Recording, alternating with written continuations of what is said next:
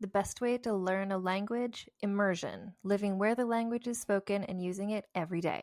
But if that's not in the cards for you this year, you can still learn a language the second best way, and that's with Babbel. Be a better you in 2024 with Babbel, the science-backed language learning app that actually works. Don't pay hundreds of dollars for private tutors or waste hours on apps that don't really help you speak the language. Babbel's quick 10-minute lessons are handcrafted by over 200 language experts to help you start speaking a new language in as little as 3 weeks. Babbel's designed by real people for real conversations. Babbel's tips and tools are approachable, accessible, rooted in real-life situations, and delivered with conversation-based teaching so you're ready to practice what you've learned in the real world. For instance, I've been using Babbel's convenient courses to help me learn basic conversational skills in German while I'm getting ready for a little trip I'm planning. It's not a language I'd ever studied before, but I find the lessons really easy and kind of like hand-holding me through learning a completely new language to me. And it's reassuring to know that with the help of Babbel, I'll be able to greet people, order food, and ask for directions without having to consult language apps while I'm in Deutschland. I'm still learning. Studies from Yale, Michigan State University, and others continue to prove Babbel is better. One study found that using Babbel for 15 hours is equivalent to a full semester at college. Babbel has over 16 million subscriptions sold. Plus, all of Babbel's 14 award-winning language courses are backed by their 20-day money-back guarantee. Here's a special limited-time deal for our listeners. Right now, get up to 60% off your Babbel subscription, but only for our listeners at babbel.com/vulgar. Get up to 60% off at babbel.com/vulgar, spelled BABBEL.com/vulgar. Rules and restrictions may apply. Ah, the web tour. Those that both creators and were created by the threads disentangle from the fringes to feast on the very thing that spawned them. What's up, Tilly? This is how you deal with weird! No! Do not harm my children! Oh, you lost a feather. Can I keep it? No, you can't force me to! Do you know what lies within nothing? Rocket's in trouble, Akasa! Can we turn on the windshield remotely? No, she could lose her job as an Akasar. I don't fear Vehar. No, but you fear me. If you intend to trick me, I will not hesitate to sever the oath bond entirely. Why didn't you help me? Coward! I don't have a parachute! I don't like free falling! Counterbalance, a high fantasy audio drama. Season 2, coming 15th of October 2023. Learn more on trilunas.com.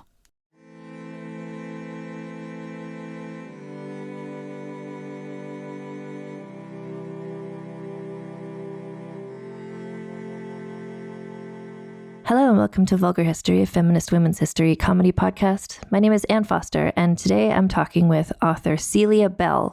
So her novel is called The Disenchantment. It is her debut novel. And when I first heard about it, I was, first of all, excited to read the book. And then when I read it, I was really excited to talk to Celia about it. It covers some ground that we've already talked about on this podcast before, which was also really interesting to me. So it's set in 17th century Paris during the time period of the affair of the Poisons. So this is a time period we've talked about before in the episode about Voisin, the famous witch entrepreneur. But also this coincides with the time period of the Mazarinets of Hortense Mancini. So that sort of salon culture that we've talked about before in those episodes about the Mazarinets. So this is a fictional story, but one of the main inspirations for her heroine is a real life person who Celia is going to talk about. She's going to explain the real life inspiration behind her book. We also talk about the affair of the Poisons, La Voisin, and it's a really, once we got to talking, it just kept going. And so I'm really happy to be able to share this conversation with you between myself and Celia Bell.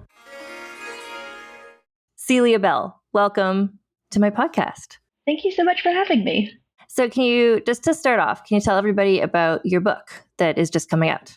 Yeah, so my book that's coming out is called The Disenchantment, and it's set in 17th century France, and it takes inspiration from basically two things that were going on at the time historically. One is the affair of the Poisons, which was this incredible scandal that happened during the reign of Louis XIV, where there It was believed that had been this rash of poisonings of really prominent people, and there was a huge investigation into it, and a lot of really inflammatory allegations got kind of tossed around. And so that's one starting point for the novel. But the other starting point is the women's salon culture of the time. There were a huge number of really influential kind of proto-feminist women writers who wrote these amazing stories that haven't always been remembered, and who were also very kind of outspoken about advocating for women's rights. And they lived these incredibly scandalous lives and kind of defied conventions at the time in order to live in a way that was like freer and more acceptable to them than the society at the time really would have allowed for. A lot of them wrote specifically fairy tales, and one woman who I was specifically inspired by was Madame d'Aulnoy. Her first name is Marie-Catherine, which is the first name of the hero of the Disenchantment. And a few details of my protagonist's life are taken from her life. But Madame d'Aulnoy, Marie-Catherine d'Aulnoy, was this amazing fabulist. She's best remembered for her fairy tales, but she also wrote these extensive and very kind of made up and fictionalized memoirs. So she was myth making about her life even while she was still alive. And actually people, her contemporaries, were writing about her and myth making about her life during her life itself. And so there's some facts about her life that are known, and there's also a huge amount of stuff that's basically fiction, which she contributed to. But I find her really fascinating. It's not the epilogue. It's like your comments at the end of your book. You talk about her a little bit and like what your inspirations were. And so I was like, oh, who's this Madame d'Aulnoy? And so I was just like, I quickly looked her up online and I was just like, oh my goodness, what an interesting person. Yeah. It's like, was she a spy? But she also wrote these fairy tales. Yeah. Yeah, she's fascinating and was maybe a spy. It's a little bit unclear. They're literally, despite the huge amount of stuff that she wrote about herself and that people were writing about her, there are literally 20 years of her life where we just don't know what she did. We don't even know what country she was in. So she's born around 1650. Her exact date of birth is not known. But in 1666, she was married to this guy, François Lamotte. She would have been between 13 and 15 at the time. She was very, very young. And there's a story that her father actually arranged for her to be abducted from her convent school by Lamotte. It's not totally clear if this is true. It gets repeated in a lot of sort of older introductions to her work, her collections of fairy tales. But it's thought that actually this might be from a memoir that was not written by her, that was sort of written about her by another contemporary author. And during her lifetime, she changed the name that she published under occasionally. And there's one book where she writes a preface where she says, I have begun using my full name to publish my work because I have discovered that some other people were using it to publish novels that were not by me. And so it's not totally true. It's not totally clear whether the story about her abduction from the convent school is true or whether it's a fiction. But I think the contemporary, like at this point, we think it's probably fictional. Her father basically would have been able to arrange her marriage regardless of whether she consented to it. And she was very young at the time, and her husband, François Lamotte, who is the Baron d'Aulnoy, was 36 years older than her. So it was not a happy marriage. He was sort of not very well liked, even by his contemporaries. It wouldn't necessarily have been unusual for him to marry a girl who was so much younger than him, but he was also he had huge gambling debts, and he was known to be not an incredibly pleasant person. So she's married to him as a young teenager, and it's a very unhappy marriage. Directly after her marriage, she has 4 children in the course of about 3 years. 2 of them die. Then the 2 years after her marriage, in 1668, she has what's called a separation of goods from her husband. And this is basically a legal arrangement that preserves her property that she brought into the marriage from his debts, because he had very, very extensive debts and was terrible with money. Now, the year after this separation of goods goes into place in 1669, he is accused of treason. And the thing he's accused of treason for is speaking out against taxes imposed by the king. At the time, this was like lèse majesté. It was a horrible offense. He could have been executed for it. Wait, so he spoke out not against the king specifically, but he spoke out against the taxes? Yeah, against taxes imposed on the nobility. So he gets supposedly caught complaining a little bit too much about his taxes, and he spends 3 years in the Bastille, during which presumably Marie-Catherine had a great time being free from her terrible husband. But after 3 years of imprisonment, he is able to successfully convince the court of his innocence. And the two men who accused him, who are often considered to be lovers of Marie-Catherine and her mother, they are imprisoned in turn and are actually executed. And I said a moment ago that he was not very popular. He's actually so unpopular that when certain people are describing this scandal around the time that it happened, they talk about his accusers while they're saying, like, oh yeah, they falsely accused this guy of treason. They're like, but they were the nicest dudes, like, so great. Like, it was not like there was a huge amount of sympathy for the Baron d'Aulnoy, unfortunately for him. But he was able to free himself eventually. And at this point, it's a little bit unclear what happens. So Marie-Catherine's mother flees to England, and Marie-Catherine possibly follows her. This is the period where we get like 20 years where we don't know exactly what she was doing.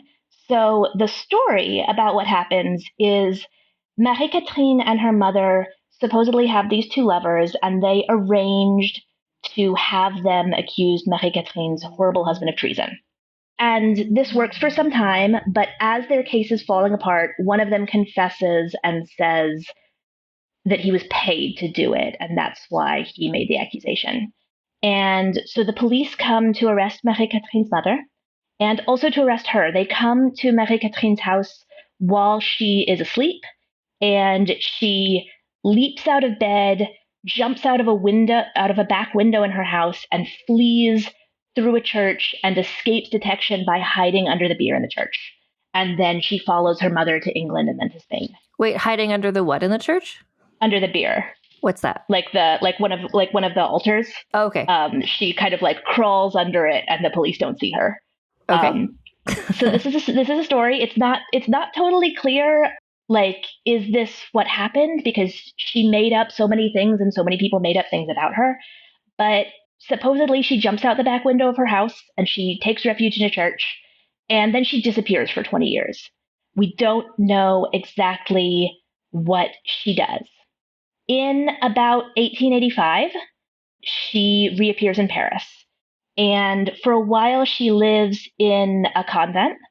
She's spent a while in the convent of the Hospitalière on Rue Mouffetard. And we know this because she sends a promissory note from there to her seamstress saying that she owes her a bunch of money. And that's sort of the return address. She says she owes her over 1,000 livres, which was like a huge amount of money at the time. And she promises to pay within 6 months. And then at some point after that, she's able to purchase a house on Rue Saint-Benoît. And this is where she starts hosting a salon that is frequented by artists and aristocrats and other female writers of the time. And she becomes famous for her fairy stories. And around this time, she starts publishing her work. She publishes first these 2 kind of religious tracts where she details all of her sins sort of vaguely.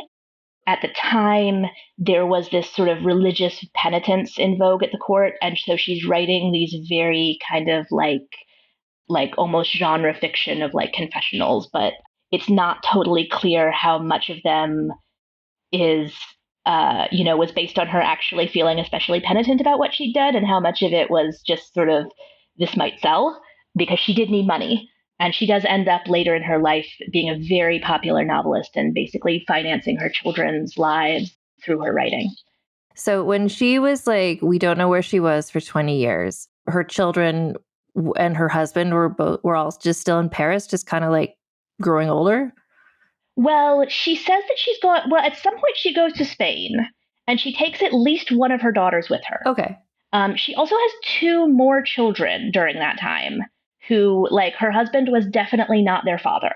She had them in, like, sometime after they were separated in 1776 and 1777. So again, like, kind of close together, but quite a while after her husband had been imprisoned and she had, separated from his residence, and he had basically at the time like disowned her, and he said that like her children, he only ever acknowledged 2 of the children that she had.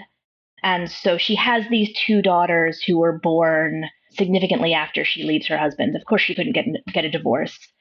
But yeah, if you read her memoirs about traveling in Spain, it's really interesting because once or twice she mentions traveling with her daughter, but her daughter doesn't figure very prominently in the story. In many ways, they're travelogues, but they almost don't read as memoirs. They're full of these like kind of amazing inventions about like the exotic people and adventures in Spain, but the things that you might expect her to deal with, like how many of your children were you traveling with and what that was like, are just sort of not mentioned.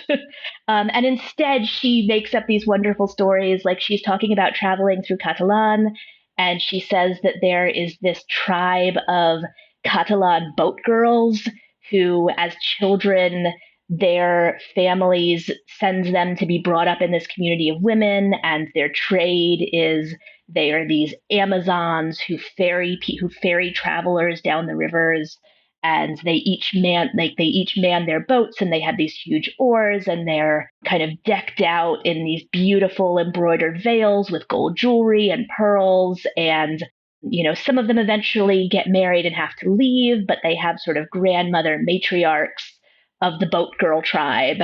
And she tells this whole story about the boat girls, and then is like, oh, also, my cook hit on one of them and they tried to beat him to death with oars. And you're kind of like, okay, Mary and Katrina, I suspect this maybe didn't happen. But it's amazing. It's sort of, there are these incredibly fanciful stories, and if you try to read them for information about her life, it's incredibly difficult to get any information about her life from them. So she has 2 mystery children who are both daughters, and then she returns to Paris and begins publishing her work. And she starts with this sort of penitential fiction, and very quickly she leaves that behind, and she starts writing her scandalous memoirs about all the things that she's seen on her travels. And she also begins writing fairy tales. So I want to talk about, I know you're about to talk about this, but I just wanted to clarify, because when I was reading, just like really quickly, just to be kind of like, who is this person who inspired this book? She was one of the earliest people who wrote fairy tales, right? Yeah. So, of course, fairy tales exist for a long time as an oral tradition. She is said to be the person who made up the term fairy tale. So before her, they would have been called a couple different things. Sometimes they're called blue stories. Sometimes they're called Mother Goose tales. But there were all of these ways to talk about a fairy tale or a folk tale. But fairy tale was not the word that was used. She is said to have been the person who invented that term. How do you say that in French? How do you say fairy tale in French? Conte fait. Okay. Which literally means fairy story. Yeah. Okay. Yeah. Stories about fairies. Yeah, and there was a huge boom in fairy tales at the time. Like Perrault is like the male author who's most famous as a collector of fairy tales. But a lot of contemporary fairy tale writers were women, and it was partially because they became popular in salons. They could be told aloud and like kind of reenacted and acted out, and people would get together and tell stories and sometimes like play dress up and impersonate the characters from the stories. But they supposedly began as this sort of like collective salon storytelling phenomenon. And then people began writing them down and publishing collections of them. You mentioned earlier that she was one of the people who was involved in this salon culture, right? So this was all hand in hand. It's like the fairy tales, writing the fairy tales, like these salons. And you said it was like women salons? Yeah, most salons were really run by women. One of the earliest salons that was very famous was the Salon of Madame de Rambouillet. That would have been, she was like a high ranking noble lady, and she started having these parties in her house that would happen once a week. And she would receive like she'd invite a ton of people, and the closest friends of hers would be allowed to kind of come into her bedroom and chat with her while she lay in bed. And they were these kind of oases of witticism and often of kind of feminism. The women who frequented these salons were called précieuses, and in kind of in retrospect, they were very kind of ridiculed by a lot of the male classical writers of the time. They were, kind of made fun of for being sentimental and frivolous, and like you can find a lot of sort of derogatory writing about them. And, and partially this was because the style of the salon writing was often very kind of, it was very over the top and dramatic. And like there was a lot of incredible stories of like romance and wit and adventure. And these went out of style during the Enlightenment when more realistic style, more kind of realistic and unvarnished style was preferred. But also a lot of the writing about them was basically misogyny, that like there were these women who were writing novels and they were incredibly popular and admired. And they were very, very outspoken about basically women's liberation.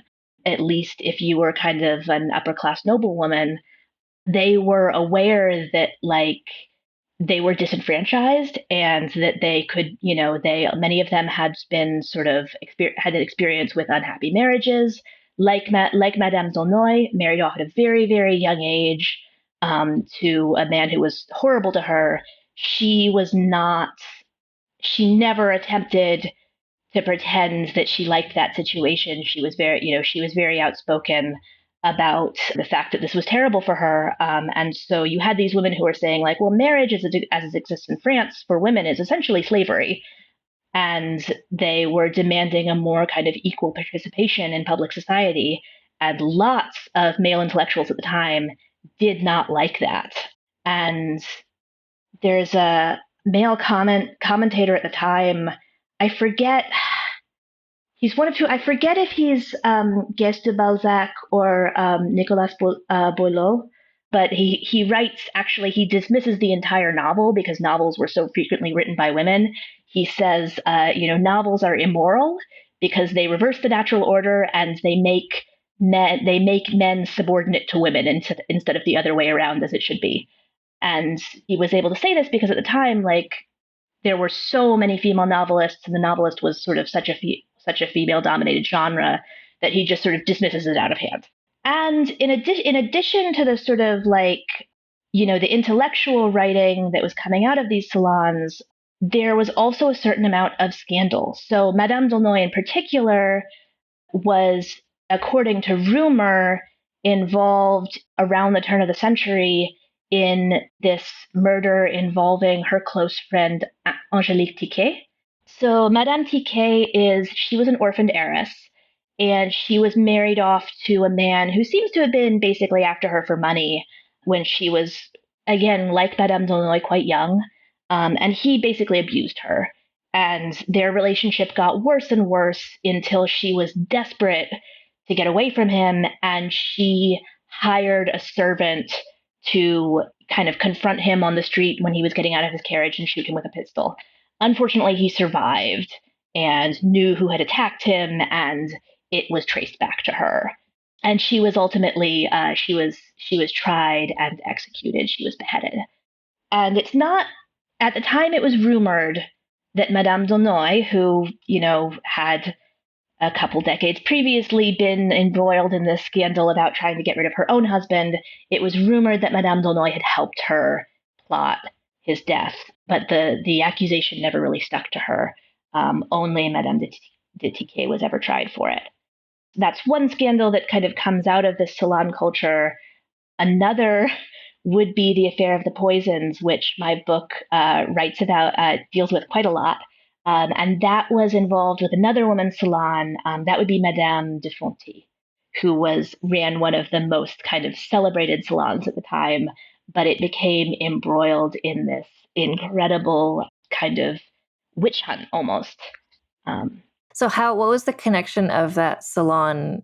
So I know I've talked about the affair of the Poisons a bit. I did an episode about La Voisin a while ago. Oh my God, I love La Voisin. La Voisin, who like I feel like I'm the only person who's like, I'm kind of on La Voisin's side. Oh no, everyone who listens to my podcast is too. So I just want to say to the listeners, like La Voisin shows up in your book, so like she's there. I was just like, oh, it's La Voisin. I was excited. But yeah, she shows up in my book, and she's one of the only people who I really tried to make everything that was about her accurate. Like, there's a lot of stuff where I was like, I want to be able to invent things. But with La Voisin, I went through and was like, read all the accounts of her death and tried to make the version of them that are in the book conform to them. So I'm curious to know, because what I recall about when I was reading up on La Voisin is like the circles in which she was dealing, like there was sort of like lower class girls and women and stuff, like abortions and things she was doing. And then you're talking about the salon culture, which is more like higher class people. So what was the connection between the affair of the Poisons and the salons? Yeah, so the way the affair of the Poisons kind of, the reason it became so incredibly big is because there started to be these connections between La Voisin's circle of like kind of working class women and fortune tellers and these really influential nobles. Early on, when the fortune tellers of the affair of the Poisons first began being arrested, there were two women who were brought up as having purchased poison from one or the other of the fortune tellers in order to get rid of husbands they hated. And these were Madame de Poulaillon and Madame de La Fertier.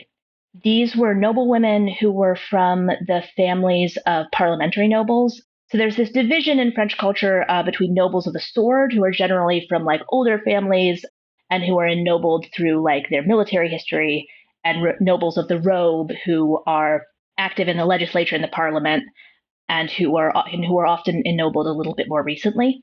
And so these two women, Poulaillon and Le Fertier, are from families of nobles of the robe.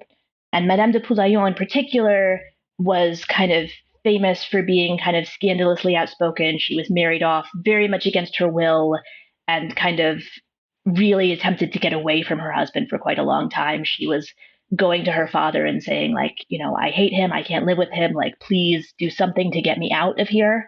And of course, everyone in her family was like, that is just tough luck for you. Like, we do not care. You're married to him. You have to live with him. And so supposedly she went to this fortune teller and purchased arsenic to poison him with. She wasn't successful. When the fortune tellers are arrested, her name comes out.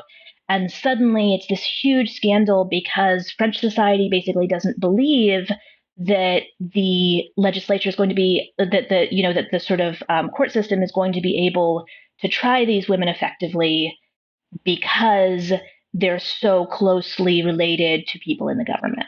And so they're the first two noblewomen who are outed as having purchased poison. But what happens is there's this crackdown on all of the Parisian fortune tellers, and the police start questioning people who've been arrested and basically going out and arresting all of their associates. And what happens is, as more and more people get arrested and there's more of a panic, a lot of people start trying to figure out new people who they can incriminate. The whole thing is like, it's a Salem witch trials vibe in a big way, where it's just like, absolutely. Yeah, just people who, to save themselves, they start naming other people who weren't necessarily anyone, but maybe it's someone who they already had beef against, or it's somebody who, just to save their own. It's like, it just reminds me of that so much. Yeah, exactly. Like it starts out as this sort of like, people name people who they had grudges against and like their competitors. And then as it gets bigger and bigger, they start trying to figure out like how they can maybe save themselves by like offering a bigger fish. And so a lot of these fortune tellers had ties to nobles and to salon culture because like they were doing magic tricks. And they were telling fortunes and they were like offering beauty ointments and things like that. And so they start naming more and more noble clients and saying, well, actually, this person didn't just come to me to get her palm read. She came to me for abortions, or she came to me for poison to kill her family, or she came to me for black magic, that was much more extreme than just getting your fortune told. And so there start to be accusations not just against these two women who it seems likely did purchase poison, but from really kind of prominent courtiers at the time, like Madame de Soissons and a number of other people. And finally, it gets up to the king's mistress, Madame de Montespan. But a lot of these people were involved in the salon of Madame de Fonte. And Madame de Fonte was she was a noblewoman who ran this very popular salon at the time. But she had actually invited at least one of the key figures in the affair of the poisons, the magician Lesage, to come and do magic tricks at the salon. And so he was this. His life story is incredibly interesting. He was a lover of Madame de Voisin, but he had been a magician operating in Paris a few decades earlier. He was caught and he was convicted basically of blasphemy, and he was sentenced to forced labor in perpetuity on the French galley ships in the Mediterranean. So at this point, France still had a fleet of ships that were warships. They were run by slave labor. Most of it supplied by convicts, some of them criminals like Lesage, some of them Huguenots who were there because of religious persecution. So these ships were basically being sentenced to them was a death sentence. It was expected that you would work until you died. But Lesage is sentenced to them and he returns. And when people figure this out, when the police figure this out, they freak out because that was not supposed to happen. And so they begin to suspect that he had a powerful protector. Probably he didn't. The records aren't incredibly good, but it seems that what likely happened is that there were several galley ships that were involved in kind of a decisive naval battle, and some of the people and the remaining convicts on them were pardoned for their service in that particular battle. It seems like Lesage was probably one of them, but it's not entirely clear. At the time, they just think like, oh my God, he got sentenced to this, what should be a death sentence. He should still be in the Mediterranean, and somehow he's back in Paris. And so people think either he really can do black magic or he has a protector. That's what I was going to say, because you said like people started thinking he had a protector, and I thought you were going to say people started thinking he's immortal or something.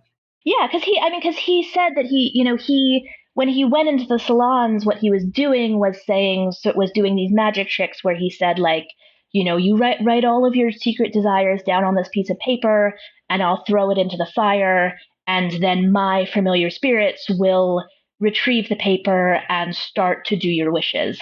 And he had this whole sort of system of prestidigitation where he would he'd crumple up the paper and he'd substitute it for a little packet full of gunpowder and toss that into the fire so it would make this dramatic explosion.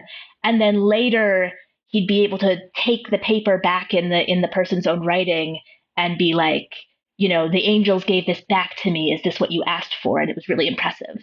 He had this whole he was able to tell these stories and convince people that he was actually this powerful magician. And once he was arrested and he realized that he was in quite a bit of trouble, he started doing that. And just any person whose name he had, he said, oh, yes, she went to La Voisin for this service. La Voisin was doing black masses for her. They were sacrificing infants. I knew about, I only ever did sort of the fake kind of magic, but everyone else was doing it for real. He clearly thought that this might save himself. And a lot of his stories were incredibly contradictory. The French legal system at the time relied on confrontation between accused people and witnesses. And a lot of the noblemen and women who were accused were sort of brought into confrontation with Lesage or with La Voisin or with other fortune tellers who La Voisin and Lesage had implicated. The accusers didn't necessarily recognize them. And so it seems like a lot of it was, very overblown. But Lesage just kept making things up. And eventually he started saying that he had heard rumors that La Voisin and several other of the female fortune tellers had been intimately involved with Madame de Montespan, who was the king's mistress at the time, and that she had bought love potions from them, that she had black masses performed. Sometimes it's said over her own body, and sometimes it's over she uses somebody else as a stand-in. But this would be like a ritual mass where you use a naked woman as the altar instead of a traditional altar, which at the time was like very much blasphemy. Like it would have been a very big deal. He starts implicating her of all of those things, and finally he claims that there was a plot to poison the king because the king had taken this much younger woman, Mademoiselle de Fontanges, as his lover, and Madame de Montespan was incredibly jealous, and so she was going to send a man with poisoned gloves that would kill her. And at the same time, La Voisin was supposed to go and present this poison petition to the king, and theoretically it would kill them both at the same time so that it would look as if the king had died and Mademoiselle de Fontanges had died of grief. Mademoiselle de Fontanges did die a little bit before these accusations came out, probably from complications of childbirth. She got pregnant during her affair, and she had an incredibly difficult childbirth and sort of never recovered.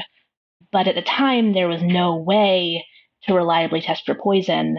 And so it was, as soon as these accusations about poison started coming out, it was believed that someone had poisoned her. Hey, there's just so much going on simultaneously in Paris. I'm like, of course, this is like you wrote a novel because there's these like overlapping things, the salon culture and then the affair of the poisons as well. Do you know what became of Madame d'Aulnay after all of this? She lived until 1705. She ran her salon for some time.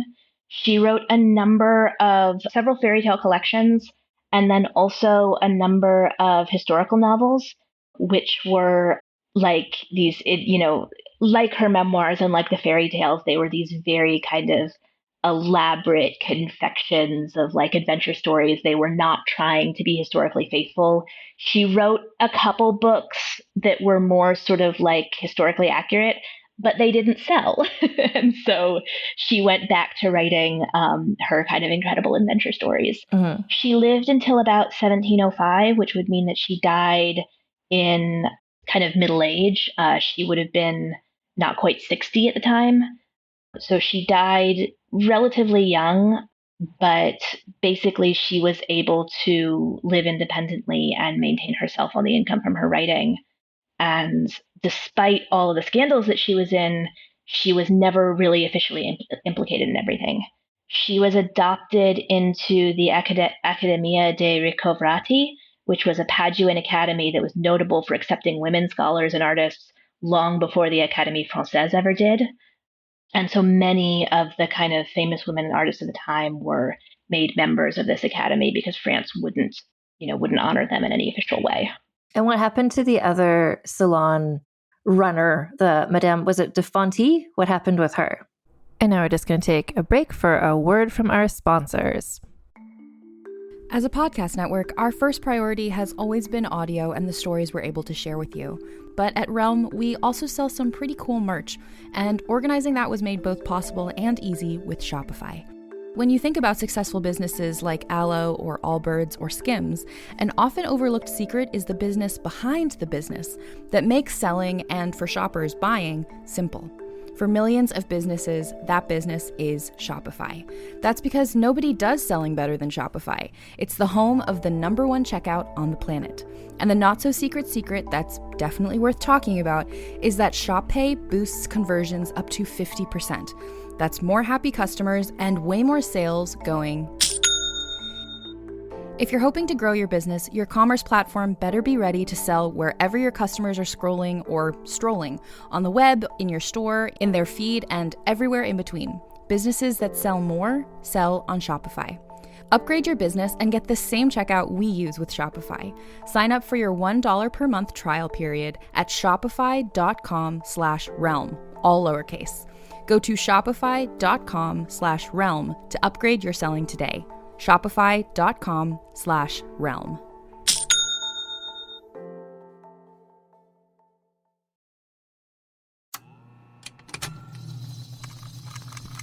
Contained herein are the heresies of Radolf Buntwine, erstwhile monk turned traveling medical investigator.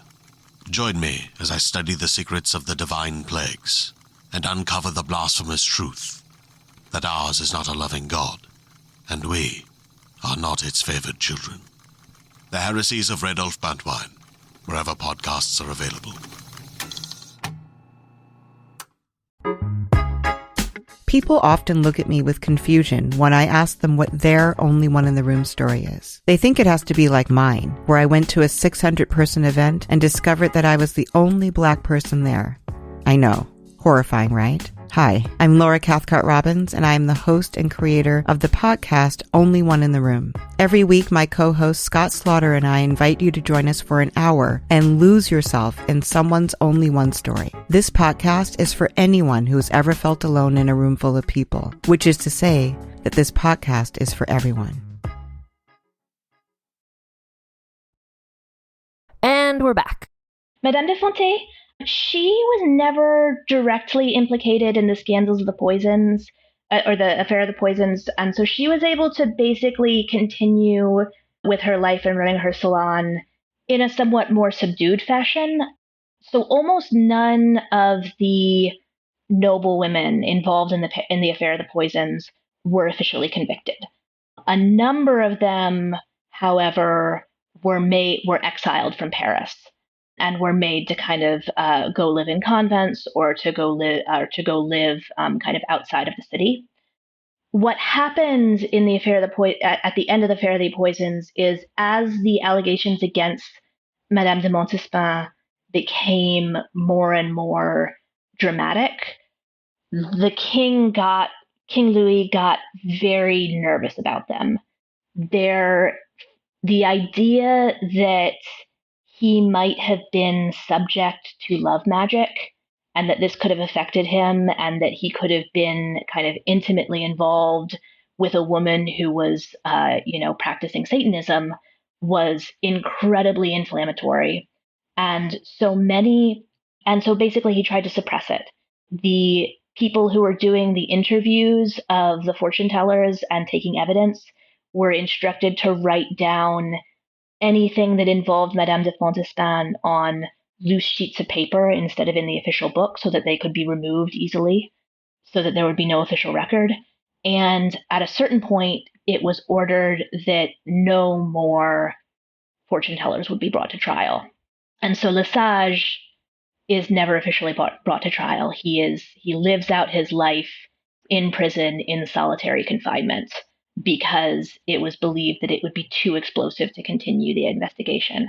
A similar thing happens kind of horrifically to La Voisin's daughter, who is arrested around the time that her mother was and kind of avoids giving very much testimony for quite some time.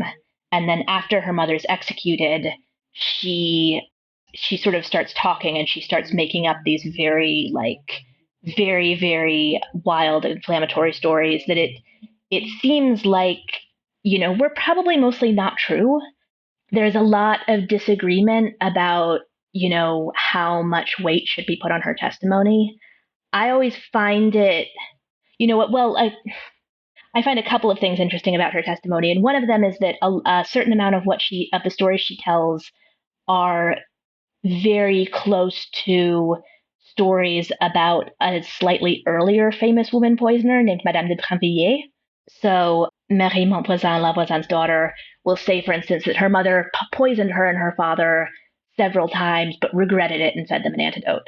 And that's a story that comes from the life of this earlier poisoner, Madame de Brinvilliers, who is another woman who I think is fascinating.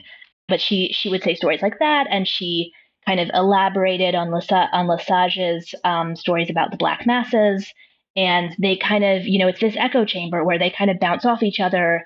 And as soon as one allegation comes up, someone else elaborates on it. For Marie Montvoisin, she only started saying the really kind of inflammatory stories after she knew that her mother had been executed. And that, to me, at the time, she says that it's because she was so afraid of her mother's powers in black magic that she wouldn't, that she was terrified to speak while she was alive. But I've always thought that, she waited until after she knew that her mother couldn't be hurt by what she said, that it couldn't have any possible effect on her trial. And then she said whatever she could think of that, she thought might get herself off. So I was just going to ask what was her motivation for doing that. And that would be like she was throwing her mother under the bus to free herself, to make herself seem innocent. I think that she thought that if she appeared to cooperate fully and she said that she hadn't, I think she realized that the police were looking for these very inflammatory stories. And she, at a certain point, she decided like, okay, maybe if I tell them what they want to hear, maybe I'll be treated a little bit more lightly. And once her mother was dead, it maybe seemed to her that she couldn't hurt her anymore. And it wouldn't matter what she said about her. It didn't work. Like Lesage, she spent the rest of her life in solitary confinement. How did you come across all of this? Like, do you have a background in French history or what, just a casual interest? Like, how did you come to learn all this stuff such that it would then become your novel? It started out, I don't really have a background in French history. I have a background in comparative literature and also in fiction. So when I was getting my MFA, I took a class on fairy tales, and we didn't really read Madame D'Aulnoy's work in it, but her name came up, and I was curious about her, so I went and looked her up, and I realized that she was the author or one of the authors in this collection of French fairy tales that I'd had as a little girl, that I had read and kind of loved, and also been like sort of gently traumatized by, because they're these incredibly dark fairy tales if you're used to sort of like a lot of contemporary fairy tales. She was very, very, she writes these very, very vivid stories about women trying to escape forced marriages quite frequently. And they're like the trials that her heroines go through are just like so extreme. And sometimes they end happily, but to me, they always seemed as like there is this kind of implicit social commentary in them, because whether or not the stories end happily, some of them are kind of, have the happy marriage ending, and some of them are tragic. But regardless of whether the ending is technically happy or not, many of them have this sort of sadism in them where like the level of trial and tribulation that the heroine has to go through in order to get the happy ending, and like the things that happen along the way, kind of make you rebel against the marriage ending, where you're just like, this is not worth it. Yeah. She has this wonderful fairy tale called The Hind in the Wood. And in it, there's a sort of disinherited princess who she gets cast out, and another woman assumes her identity and tries to take her place. And she's cursed so that every day she has to be a deer who roams through the forest. And then at night she has this faithful lady in waiting who they live in this little cottage, and she returns and turns back into her human form at night. And the prince that she's supposed to marry goes out hunting in the wood and finds her in her deer form and like obsessively tries to hunt her and kill her. And every night she goes back to her lovely, faithful woman friend, and they have this like idyllic life in this woodland cottage. And of course, the happy ending is that she ends up marrying the prince and is, transformed into being not a deer anymore. And like, it's all very happy, but you're reading it and you're just like, oh, like this is so horrific. Like, make this prince go away, live a happy life with your girlfriend. There's this, despite the structure of the fairy tale that kind of like, puts her back into acceptable society and like gives her an appropriate lever of her social class and things like that. There's this kind of alternate life for her that you can see in it, and this tragedy that that it's not going to end that way, even if the fairy tale technically has a happy ending. And so I found that really fascinating about her. But yeah, once I realized that I had read her stories as a kid, I started reading everything that I could find about her, and then I started reading everything that I could find about the period. And it was, I'm definitely an amateur historian, but I just started finding it so fascinating. Had you written historical fiction before? Like, I think you've written short stories. This is your first novel, right? Yeah. Yes, it's the first novel I've ever written. It's the first historical novel I've ever written. So that's a huge decision to make. Yeah, I found it was a thing that happened that was comforting is I went and saw this reading by Marlon James, and someone asked him how he researches his historical fiction, which his historical novels are amazing, and I had read them and loved them. But somebody in the audience asked him, "How do you research historical fiction?" And he said, "Well, I have a terrible time of it because I just read everything that I can find, and if I don't know how people brushed their teeth, then I don't feel confident writing about their lives because I have to understand all the daily details of their lives before I can live in that world." And I remember him saying that, and I was like, "Oh, I feel so much more confident about my historical project now," because I too had been obsessively reading about what did the place settings at the dinner tables look at that time? Well, and in your book, one of the characters is a painter, and so you research how was paint made, oh my god, yeah, the amount of detail is evident when you read the novel. It's just I felt very confident that you were not making these things up. This was and it was amazing because once you start doing the research, you kind of intuitively you start to intuitively understand how the world works, and that lets you know sort of what avenues of possibility are open to these characters. What would they have perceived as being open to them? There's a really major plot twist at the end of the novel that hinges on how paint is made, because I was doing research on different historical pigments, and I got to this passage and I was like, "Oh my god, I understand how my novel ends now." And so can you tell everybody what your novel is about? Just describe the novel. Now that we know the time and place where it's set, and sort of some of the inspirations of some of the characters in it. Yeah, how do you describe the book to people? Okay, so the novel is the story of Marie-Catherine, who, as you would probably guess, her name is inspired by Madame d'Aulnoy. She's living in Paris, and she's a woman from the minor nobility. She is, like her namesake, has been married off as a teenager to a baron, the Baron de Cartenoy. Cartenoy, by the way, is also taken from a contemporary novel of the period, where the Countess de Cartenoy in that story is a woman who's trying to escape from an abusive husband. She doesn't have a very happy ending in the novel that she comes from, and I thought that I would borrow her name and give her a happier one. But so anyway, Marie-Catherine de Cartenoy, she is Baroness in 17th century Paris, and she is in sort of equilibrium in her unhappy marriage to her husband. She hates him. He basically has gotten to the point where he hates her. The affair of the Poisins is in full swing, so not only do they detest each other mutually, but he is incredibly paranoid that she is going to poison him. And not entirely without reason, because she is in secret conducting an affair with another woman. Her name's Victoire, and she is a member of the much higher nobility, who is an heiress and has a lot more freedom because of her social station than Marie-Catherine does. Victoire is this kind of wild, rebellious, kind of cross-dressing woman who's, for the time, very frank about the fact that she is a lesbian, and she's able to do these scandalous things that Marie-Catherine would never dream of. They have a very close friendship, and they are lovers, and this is sort of the situation that she's resigned to, that she'll be able to kind of find this piece of happiness outside of her marriage and, kind of survive by living a life that is independent from her husband as much as would have been possible for the time period. And her equilibrium, however, is destroyed when her husband gets wind of the fact that she's having an affair. He doesn't yet know exactly who with, but he hears these rumors and he is incensed by them. and she writes to Victoire to warn her that they might be discovered.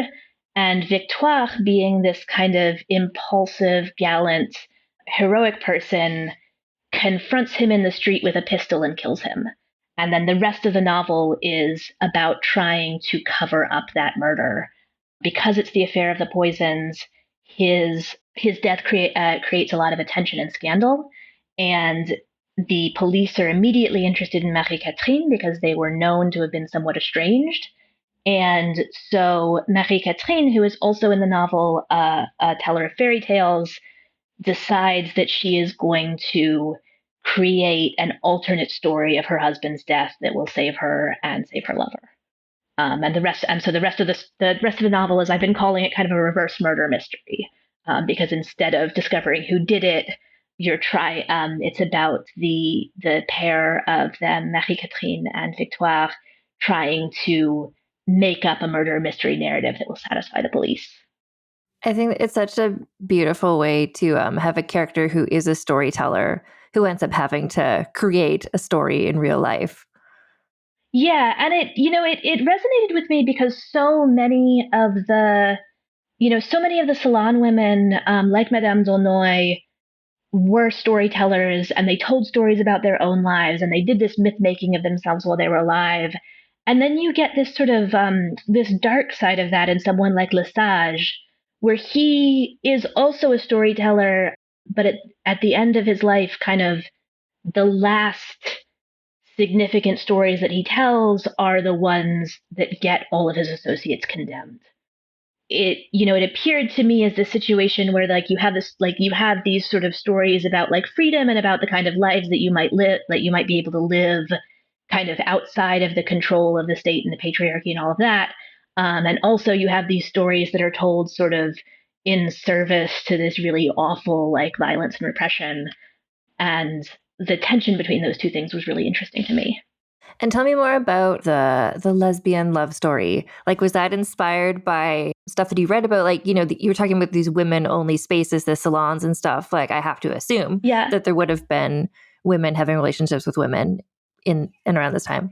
Absolutely, yeah. So as far as Madame d'Aulnoy, there's no particular record of her having relationships with women, although there are a couple of her fairy tales that are quite homoerotic. I mentioned The Hind in the Wood, where the princess and her lady-in-waiting have this kind of very idyllic domestic relationship where they live in a cottage in the woods. There's a wonderful fairy tale called Belle Belle, or the Chevalier Fortuné, which is about a girl who disguises herself as a knight. She goes into service to this king, and the king's sister falls in love with her. The king's sister, she's sort of an evil queen. She's treated as the antagonist of the tale, but the way that her kind of impassioned crush on this cross-dressed knight is described is just so sort of over the top and sensuous and extreme that you're kind of well, okay, she's the villain, but given the conventions of the time, she kind of had to be the villain. It's not clear that there's really all that much condemnation there. So there's some sort of homoeroticism in her fairy tales, but actually there were other women who were sort of much more known as having affairs with other women, and one of them is the Countess de Murat, who is kind of one of the inspirations for Victoire in the novel. She was another writer of fairy tales and a novelist, and like Madame d'Aulnoy, she wrote very scandalous, sensationalized fictional memoirs. And one of the things that she wrote about was having affairs with other women. And so she tells these amazing stories about cross-dressing and disguising herself as a man and having affairs with women as a man. There's one story in the memoir where she's seeing a married woman in her male persona, and she goes to her bedroom and goes to bed with her, and then her husband interrupts them, and so she just seduces him too. And so she told these very, very racy stories and was eventually exiled from Paris, partially because she was a little bit too critical of the mistress of the king who replaced Madame de Montespan. She wrote some satirical things about her that were not appreciated. but she also got in trouble for liking the ladies a little bit too much. She is also, I know I was listening recently to, you did a podcast on the Chevalière d'Eon. Yeah. I was just going to say. And you mention this fairy tale, The Counterfeit Marquise, in it, that was written by, it was a collaboration between Perrault and the Abbé de Choisy, who was a trans woman at the time. But the other person who is credited with having helped write it is the Countess de Murat, who is the fairy tale is the story of these two cross-dressed lovers who are kind of 17th century trans people, basically because they each have a reason to live as the other gender, and they end up happily married and living the way they want to. And the trans woman in that story is supposedly inspired by the Abbé de Choisy, but the trans man is the Countess de Murat. I'm so glad you brought that up, because I was going to say, I remember when I was talking with Maya Dean, I'm like, I remember that she was telling me this, and I was going to say, like, did one of the people who you just said write that fairy tale? Because I was like, this seems kind of like in line. Okay, yeah. So that's so interesting that there was this, like, there's a difference between like the official records of what's happening at a time period, and then it's like, well, here's what people liked reading about in fiction. And like what people like reading about in fiction can really tell you just as much about what society was like, really. Yeah. So to know that there's kind of this like there's this queer stuff happening, like that's so interesting. There's this backlash against the popular fiction of the time that happens in the sort of like, the kind of more classical, canonical male authors and critics, where they'll say that, women shouldn't write novels because writing novels is like cross-dressing. Amazons cross-dress in body and lady novelists cross-dress in mind. Only men should write. It's this reaction against the literature that was actually popular and that people were buying and reading and enjoying. Oh, I think this was something that you mentioned. I don't know. Sorry, I've been doing a lot of interviews lately, but I think this was something that you mentioned in like the afterword of your book about the sort of like the fallacy that like women's rights and stuff were just sort of like things were bad and they just got better and better. So you have to like look back in history and pretend like things were always shitty. Yeah. Like the stuff you're writing about, it's like the salons and stuff. It's like women were writing books. Like it seems like an exciting time to have been a woman of a certain social class in France. Absolutely. Yeah. And I think that it's complicated to talk about because the legal situation of women was very bad. I mean, like if you look at, Madame d'Aulnoy's history, she's married off as a teenager. It's a forced marriage. When you look at just sort of like the years in which her first 4 children were born, I think it's safe to assume that like she suffered quite a bit of sexual violence, and it would have been sexual violence that was completely sanctioned by the state, by her family. It would have felt like she had no recourse.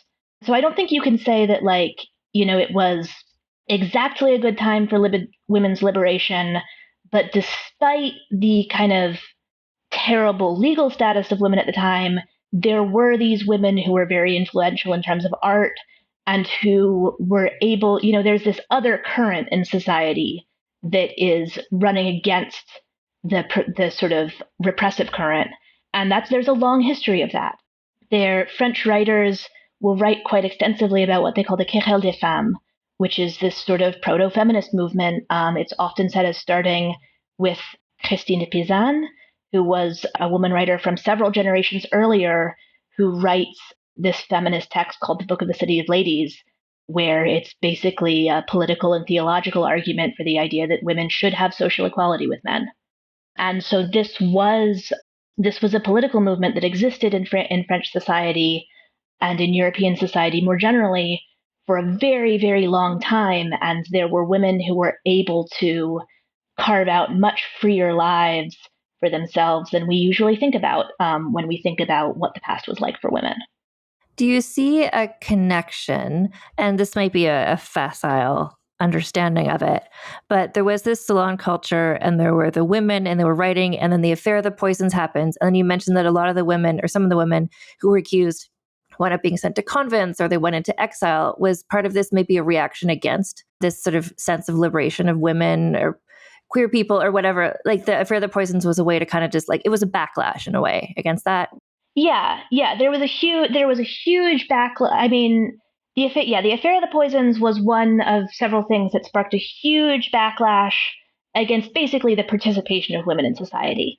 And a lot of, obviously there were salons that continued long after the affair of the Poisons, but many of the women who were prominent writers and who were outspoken critics of the politics of the time, many of them end up getting sent to convents, not necessarily directly related to the affair of the Poison, but as part of this backlash against kind of women's independence. And one thing that is directly related to the affair of the Poisons that helps kind of create this sea change in society is the king's adoption, King Louis XIV's adoption of a new mistress. At the time of the affair of the Poisons, he had a very tempestuous relationship with Madame de Montespan, who had been his long-term mistress and who had had like several children by him, and who was considered to be like almost the unofficial queen. She was so influential at court. And during the affair of the Poisons, he really, it really destroyed his relationship with her, which was already somewhat rocky. But he begins developing a much closer relationship with the woman who would be his last mistress and eventually his morganatic wife.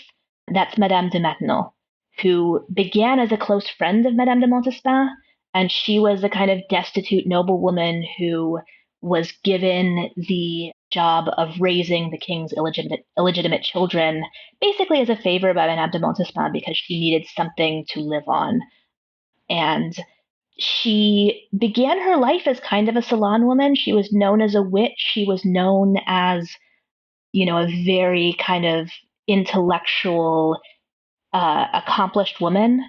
Interestingly, she grew up in a convent school, and she writes about having basically a romantic relationship with one of the nuns there. But she hated being in the convent. She found it too restrictive. And so she eventually marries this much older man, because she figures it's the only way that she'll be able to avoid becoming a nun. And he dies and leaves her a widow and leaves her very poor. At some point in her life, she has this very severe religious conversion. She has a very, very conservative confessor, and he basically tells her the role of women as ordained by God is not to participate in public society. You should mortify your pride. You are much too proud of your intellect. You are much too proud of your wit. You enjoy being charming and intelligent in company, and you should instead make yourself dull and boring as a religious exercise.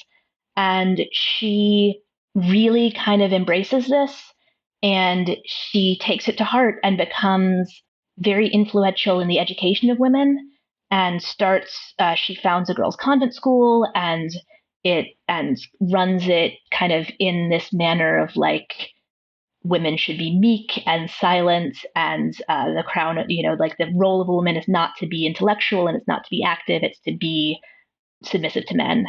And her influence over the court as she becomes closer and closer to Louis really kind of changes what's acceptable for women in that society.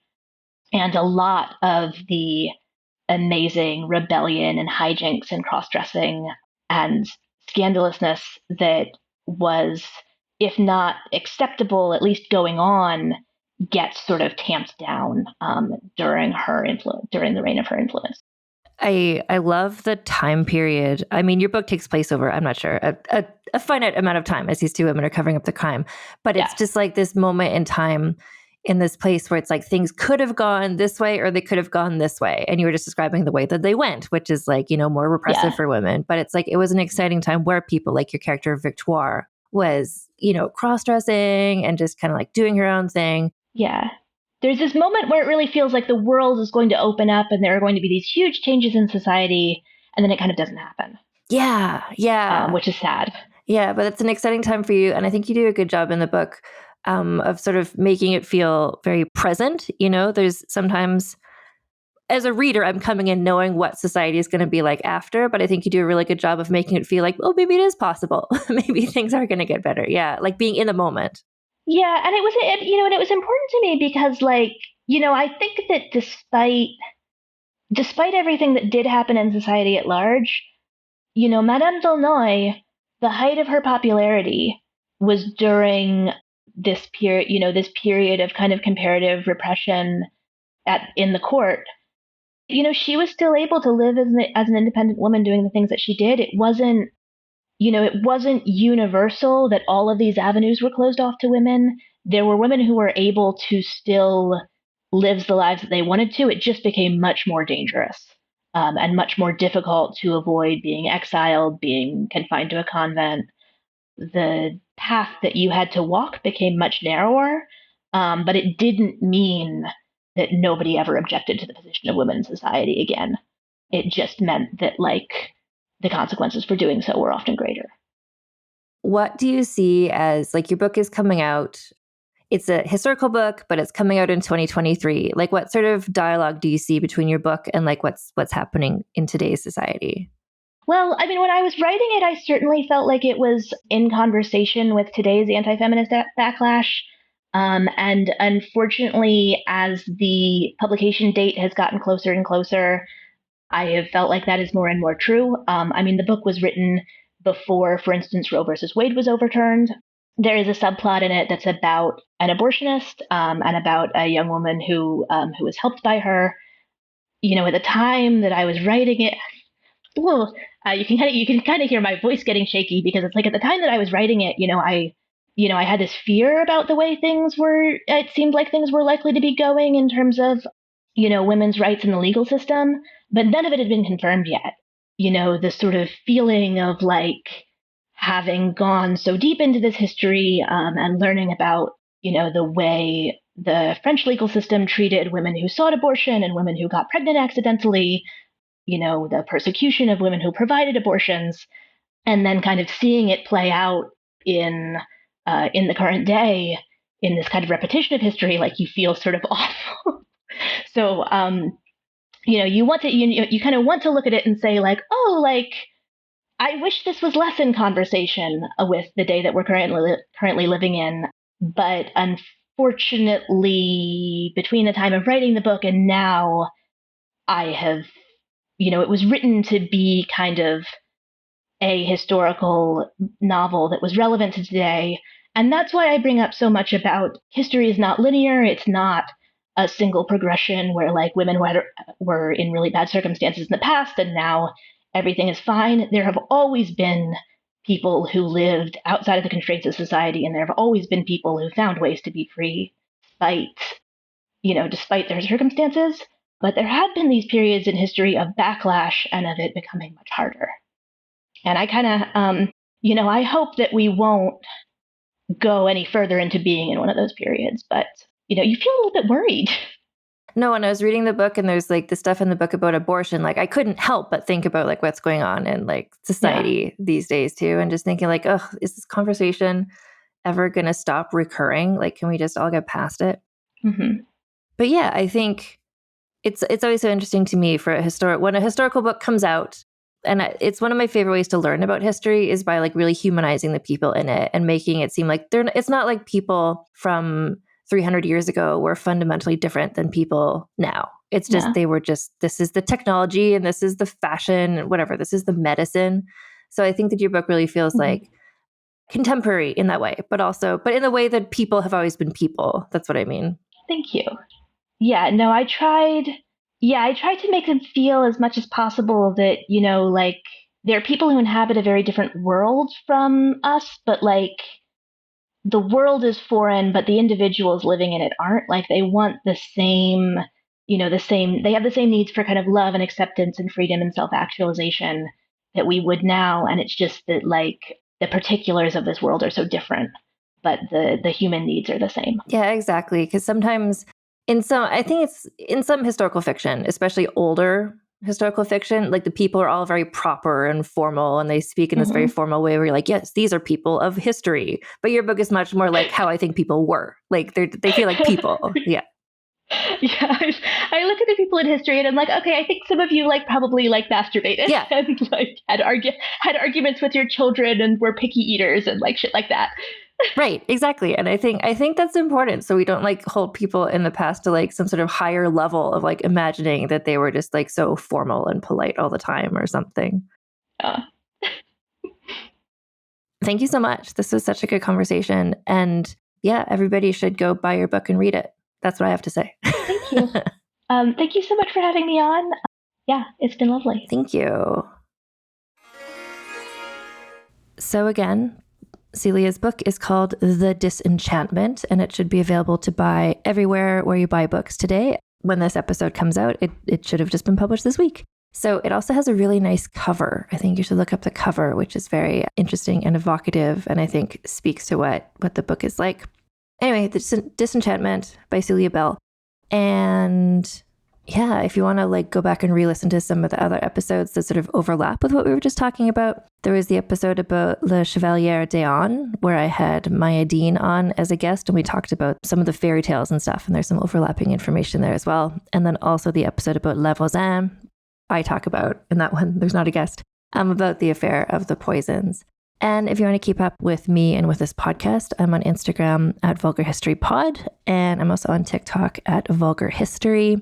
And I have a Patreon, and that's where if you give a monthly donation, then you get bonus stuff. So early access to all episodes, as well as ad-free episodes. And you can learn more about that at patreon.com/AnneFosterWriter.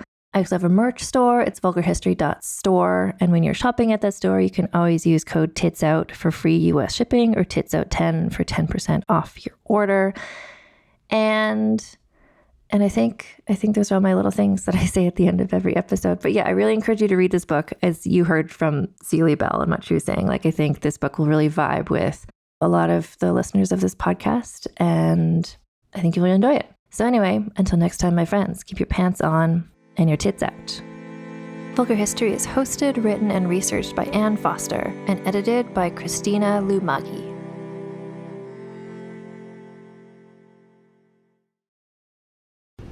Talmor, Shishin Marachi. Talmor is my home. My family have worked the land for generations. My gran says the island does not belong to us, but we belong to the island. And we must be ready, for a great evil is coming, and death follows with it. Listen and subscribe to the latest season of Undertow, The Harrowing, a Storyglass production presented by Realm, available wherever you get your podcasts.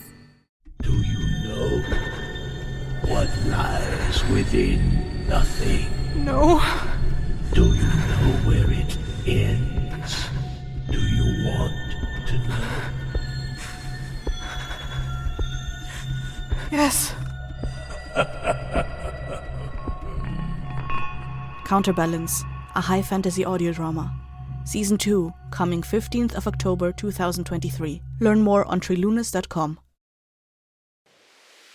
I'm Brennan Storr. I'm Paul Bestall. We're the Ghost Story Guys. And every 2 weeks we explore first-person stories of encounters with the paranormal from all around the world.